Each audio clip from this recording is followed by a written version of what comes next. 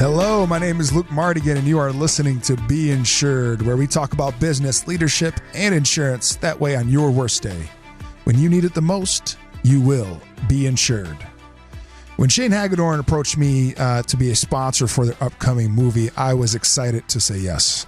For those of you who don't know Shane, he is a writer, producer, actor, and award-winning filmmaker behind movies like Wild Faith, which I just watched a few months ago, and Ashes of Eden, and many others. I'm very excited to have him on the show today, talk about his latest movie, Lost Heart, and the strategy behind telling really, really good stories. Shane, thank you so much for being on the show today. Hey, good morning to your listening audience. Thanks, and I'm happy to be here talking with you. And as always, I'm joined by my awesome co-host, Eric Gestring, the Mardigan Agency. Shane, before we jump in, can you tell our listeners a little bit more about you and your background in filmmaking? Sure, I love to talk about myself. Yeah. I've been in it for probably 20 years now. Ever since I was probably right around 26, I was pursuing a career in law enforcement because of having a lot of years as a security manager, and excuse me, and I was going towards my criminal justice degree, and I had to take one elective class, and man, there was this intro to acting class, and I always wanted to. This was the summer of, of just doing it and living without regrets, and I took that one class, and boy, it just really expanded on all these ideas that I've had for my life and wanted to do, just didn't know it was possible. And sure enough, shortly after that, I rethought my career path and went towards acting and filmmaking, and it was a process getting into all that. But yeah, it's been 20 years. We've made a lot of great films. I've made a lot of great relationships, both in front of the camera and behind the camera, and also partnered with businesses such as yours and others in our community to help support the arts and filmmaking and getting great stories out there for the world. That's awesome. So, Shane, this is Eric. I'd love to talk about your latest movie, Lost Heart. Can you tell us what it is about and your role in the project was? What was that? For sure, and I'll tell you, Lost Heart is one of my favorite films so far. It's just a wonderful, rich, quirky comedy shot in Michigan. I was a co-producer on it and acted in it. Director was Jesse Lowe. Fantastic job. Yeah. Stars Melissa Anschutz, Victoria Jackson from Saturday Night Live, Don Mose from Happy Days. Yeah. And we actually shot it in the Whitehall and Muskegon area. Beautiful part of Michigan. It is. And it's about this mega Nashville country music star, Hannah Sweet, who gets some news that her estranged father has passed, and she goes up for the funeral. She's been estranged from him for many years due to some alcoholism in the family. And she comes back to learn that her father had changed his course after her leaving, and now she's getting to know this new man that the town loved, and so she's wrestling with some of these new things in her life. I love a good father-child story. I think that speaks to all of us, right? Mm-hmm. On so many levels. Mm-hmm. So, one of the I was actually had the opportunity to be on set for Lost Heart, and it was just a beautiful setting. I mean, you couldn't have picked a better spot and a better time of year in Michigan to shoot a film. Yeah. And some of the previews that I've seen, the cinematography is just gorgeous, and Jesse is a phenomenal director. Yeah. It and all of these films are built by so many artists and craftspeople, mainly from Michigan.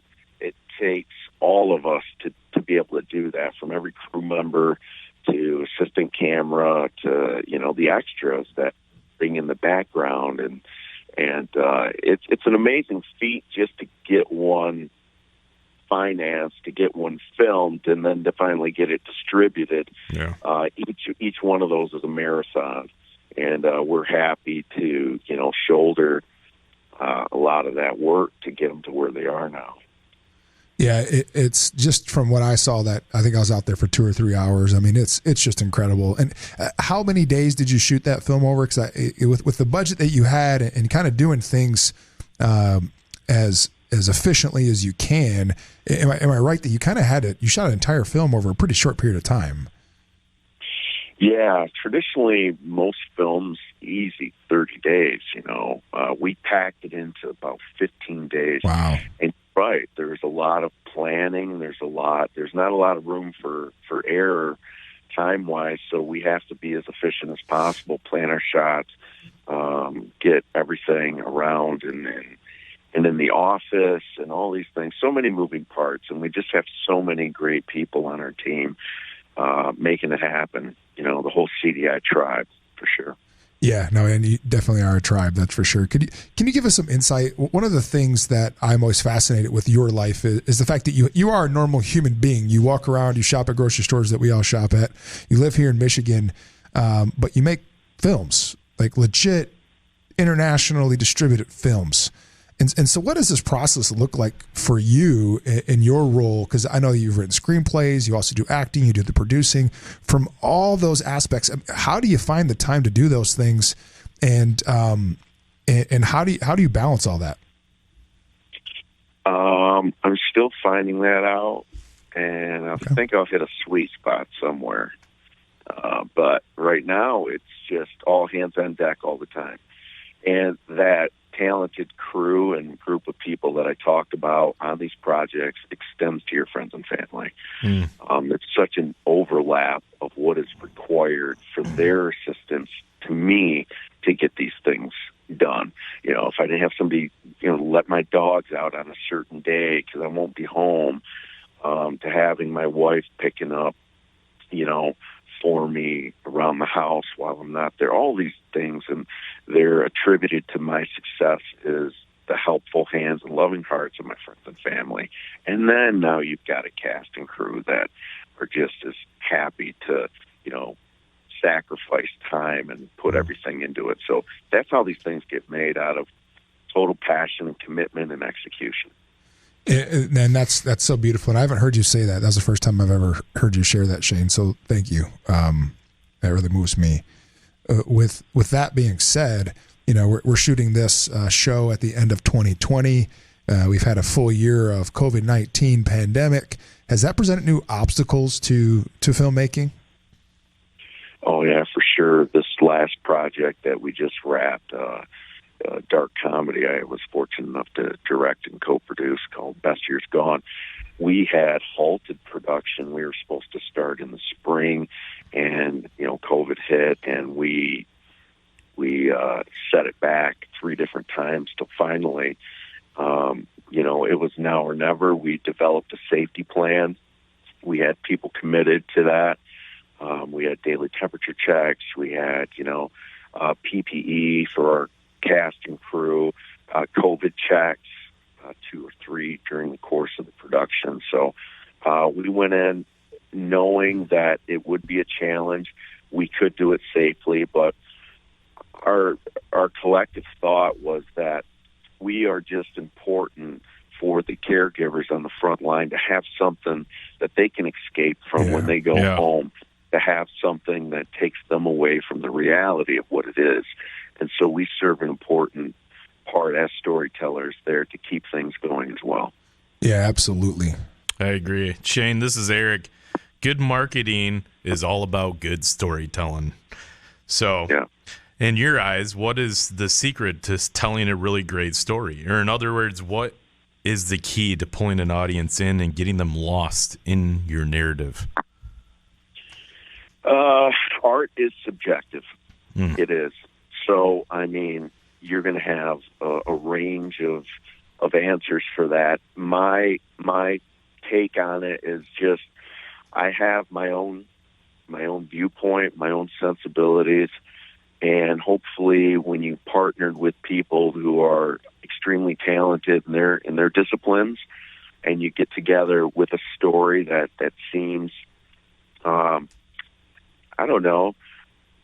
entertaining, palatable, exciting, all these things. And like you said, if you find enough people that want to contribute to that vision, to that story, because it is subjective, it might be genre, a faith film, it might be an action film, it might be a Western, which we make all those. Yeah, you do.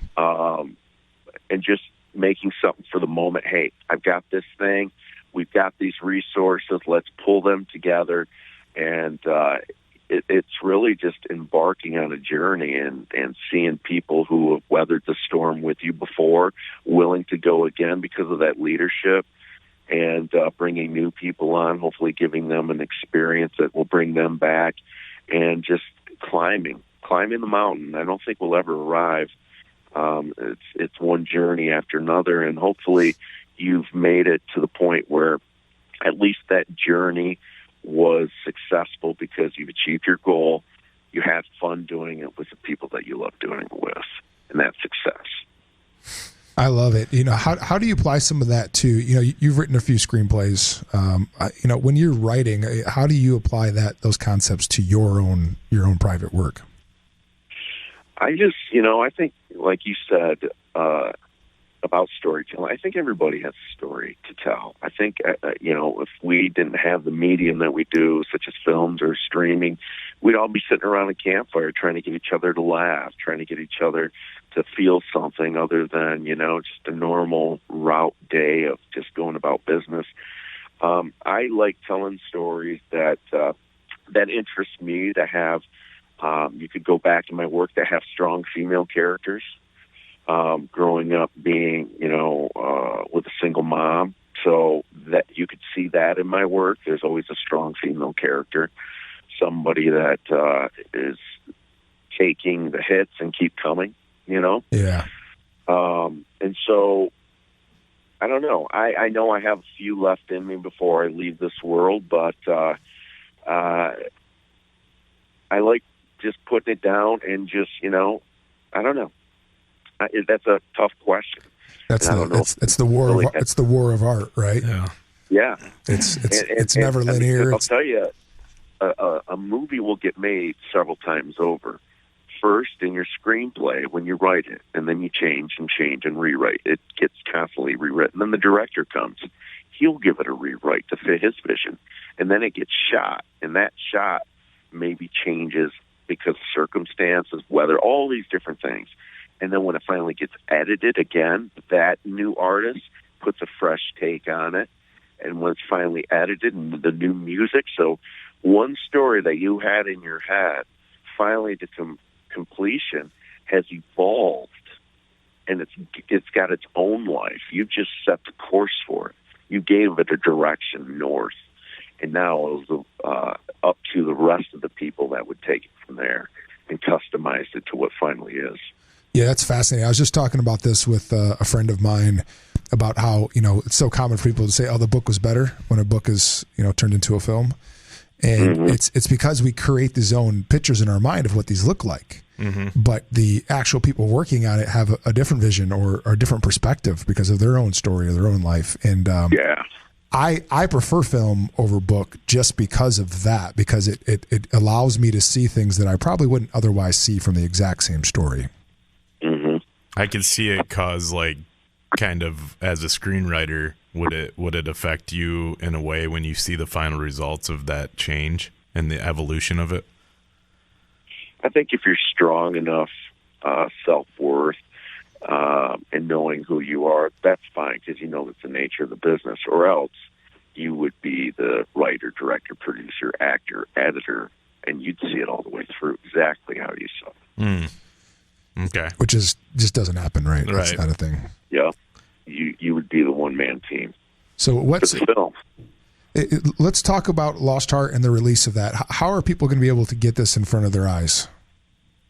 Thank you for asking that. We just came off of a one-night premiere on Encourage TV for Lost Heart, and that went worldwide, free for one night. Wow. Just to get people interested, and word of mouth is our biggest, the grassroots word of mouth on all these films is so important because of, most films have a marketing budget at or almost more than actually what the film costs. Right. And so having a platform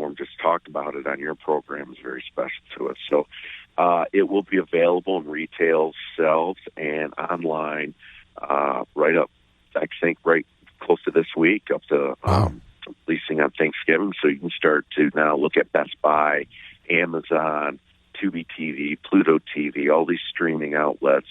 And you could go to cdiproductions.com, look at some of our other titles, like those Westerns and faith-based film, like I talked about earlier.